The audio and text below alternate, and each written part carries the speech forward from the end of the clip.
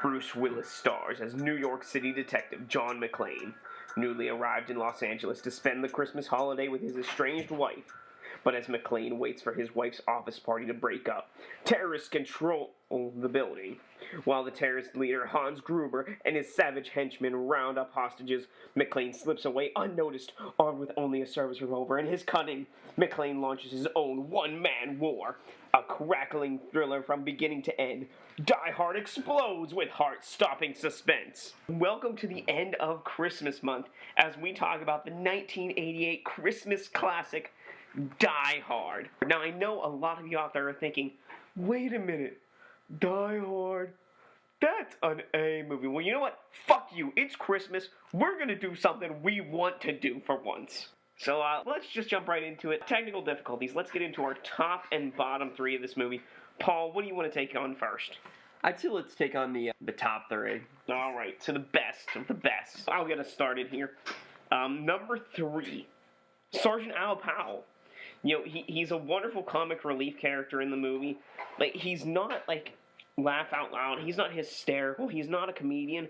But just the things he says, his inflections, and how he interacts with other characters during the movie just make you smile and laugh.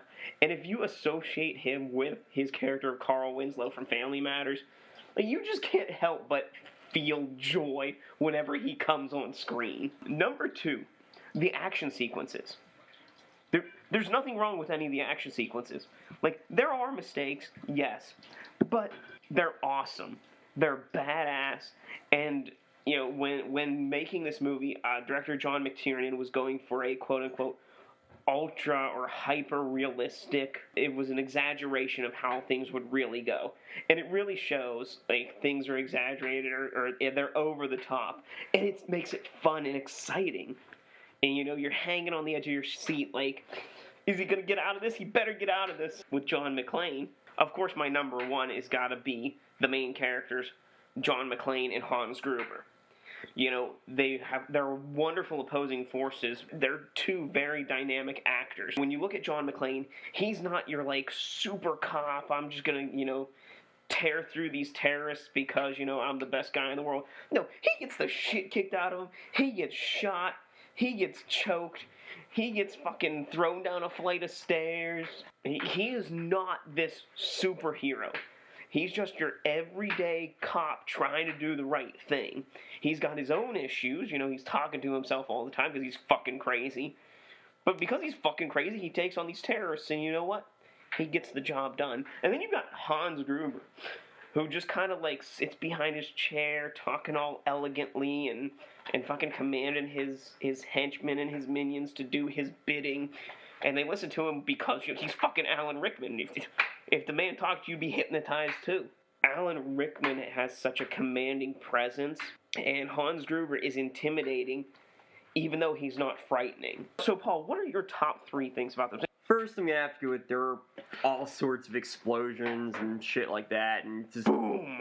It was just so cool to watch, just like John McClane, like, jumping out fucking windows and, like, trying to, like, survive and shit. It was just amazing. You can see, like, how action movies nowadays have kind of, like, taken this movie as an example of what to do, and that was really cool to watch. For number 2, I'm going to have to go with John McClane's one-liners are awesome. It all sounds so natural. Action movies are just so much better when, like, there are just one-liners thrown in there. It just makes it just that much more badass. And it's not like some movies where one-liners just thrown in just to have one-liners. Like, they actually make sense in context. Yeah, they felt like they were almost like ad-lib because they just flowed so naturally. But, and for number 1, I'm going to have to go with, as you stated before, John McClane's just evolution into badassery. He's just a cop. He didn't really know what to do. He's kind of like hoping that the other cops would come and, like, save everything. Like, when he realized he couldn't, he had to do it. He made mistakes. But it was a slow progression. And even when he's introduced at the very beginning of the movie, he's, like, almost sick from being on an airplane. He's got, like, air sickness. And so, like, he's not this big, tough guy from the get-go. Like, he gets tough, you know, when it calls for it. So it's greatness under fire. You know, it's nice to see, you know, like you said, the evolution of the character. So let's get into the bottom 3. What are the 3 worst things about this movie? Number 3, this movie ends. Even at 132 minutes, over 2 hours long, I'm still, like, pumped and ready for more to happen. Which is why I'm, like, very glad that there are 4 sequels to this movie. Number 2 for me, there is a culture out there, if you can believe this or not, that believes that this is not a Christmas movie. Those bastards. And they will argue that this movie is not a Christmas movie. Okay, let's take account here. 1, the reason John McClane is in LA is for a Christmas party. Number 2, the song in the opening credits is the Christmas rap. Number 3, whenever he kills the first terrorist, he puts a Santa Claus hat on him, sends him down in the elevator shaft, with a thing saying, "I've got a machine gun, ho ho ho." Who says ho ho ho? I'd say Santa Claus. Santa Claus. There are people out there that believe this is not a Christmas movie, and they are wrong. Number 1, Hans Gruber at one point pretends to be an American and a fucking pussy. And it just seems so out of place in this movie and really like a waste of time and talent within this film. I thought it was really good. It's like showing that he can like trick people with his acting in the movie. See, I feel like I thought it was cool. I feel like Hans Gruber, like at that point, the character that he was, would have been able just to like disarm Bruce Willis and like snap his neck. And I feel like it showed a side of Hans Gruber that like was powerless and not really this like great like mastermind. So Paul, what are your bottom 3 about this movie? For number 3, the random continuity error with his shirt. Like, really, what the fuck, guys? Like, they didn't have an extra shirt and what? It didn't take away, and nowadays it's kind of like, it's funny, but like, really, like, I can't understand that. Like, did they do that on purpose as a joke? Because it was just so obvious. It's because it's the scene that his shirt changes is when he comes out of the ventilation system. Instead of just making his shirt dirty and like making it look like that, they just gave him a shirt that was a dirtier looking color. And that's the whole reason that it changed. They were trying to make it look dirty. For number 2, I'm gonna have to go with. I thought Alan Rickman was great in this as a terrorist. I thought even doing the German accent, I thought he was really good. But the movie I saw before this that had him in it was the Harry Potter series, and the whole time I kept thinking of him as Snape, and I just kept having to remind myself that no, it's a different character. But man, that would have been interesting to say the least. For number 1, I'm gonna have to go with. Man, this movie had the stupidest and most useless 911 operator. John McClane tells the terrorists that people are being held hostage. Tells the operators that the people are being held hostage by the terrorists, and they start lecturing about misusing the line. Actually, hear gunshots, and then they're like, "Oh, we'll send a guy by, check it out." It's like, are you fucking kidding me? Like, and they threatened to send the police to arrest John McClane for calling this stuff in, and he's like, "Please send the police." Yeah, and they're still like, "Fucking kidding me?" Oh well, maybe we won't then. I guess they didn't take terrorism seriously back then. Like, this took place, like, nowadays. It's like, well, there's terrorists, like, we're on it. It's like, what a difference in times, like. Well, not to mention, like, John McClane, when he's getting off the plane, like, the guy sitting next to him sees his gun. And John McClane's like, "Oh, it's okay, I'm a cop." Like, people today really wouldn't be that, like, dismissive, like, when they're like, "Oh, I'm a cop." The guy would have been, like, freaking out, would have... called for, whatever.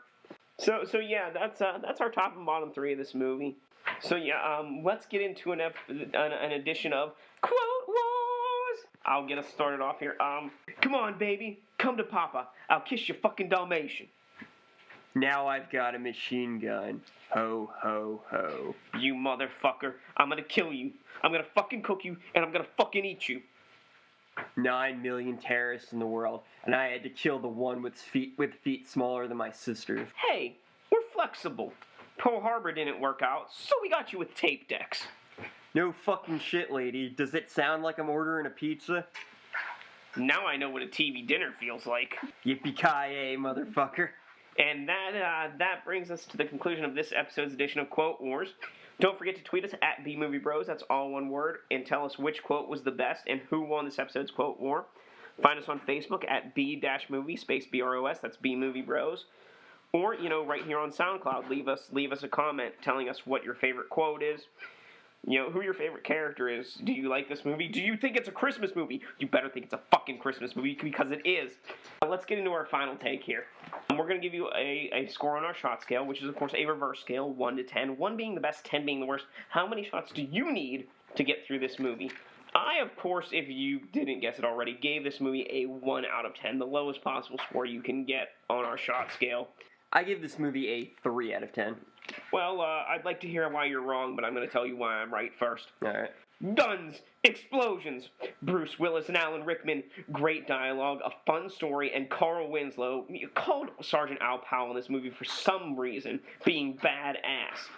I love this movie, and the fact that it's set at Christmas time just gives me just cause to watch it repeatedly over the month of December. Boom! Review. Done. Very well put. Alright, so Die Hard is an awesome movie. It's got plenty of action, one-liners, overall just great performances by the whole cast, especially Alan Rickman and Bruce Willis.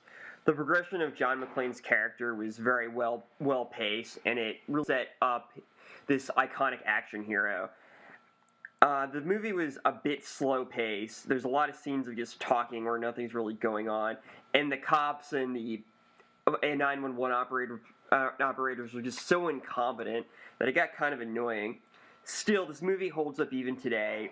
It's definitely a movie worth watching. However, I did not get a point because it isn't a B movie. And there you have it. So if you average our scores, you know, 2 shots to get through this movie.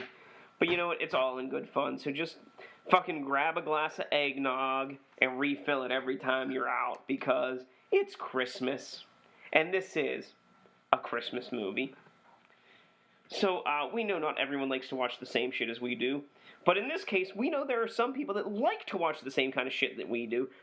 And since this is an A movie, we can't give it an A movie companion. That'd be way too easy. We have to give it a B movie companion. I'm going to have to say my B movie companion for Die Hard is the 2011 movie Hobo with a Shotgun. I picked the 2010 movie Machete, starring Danny Trejo.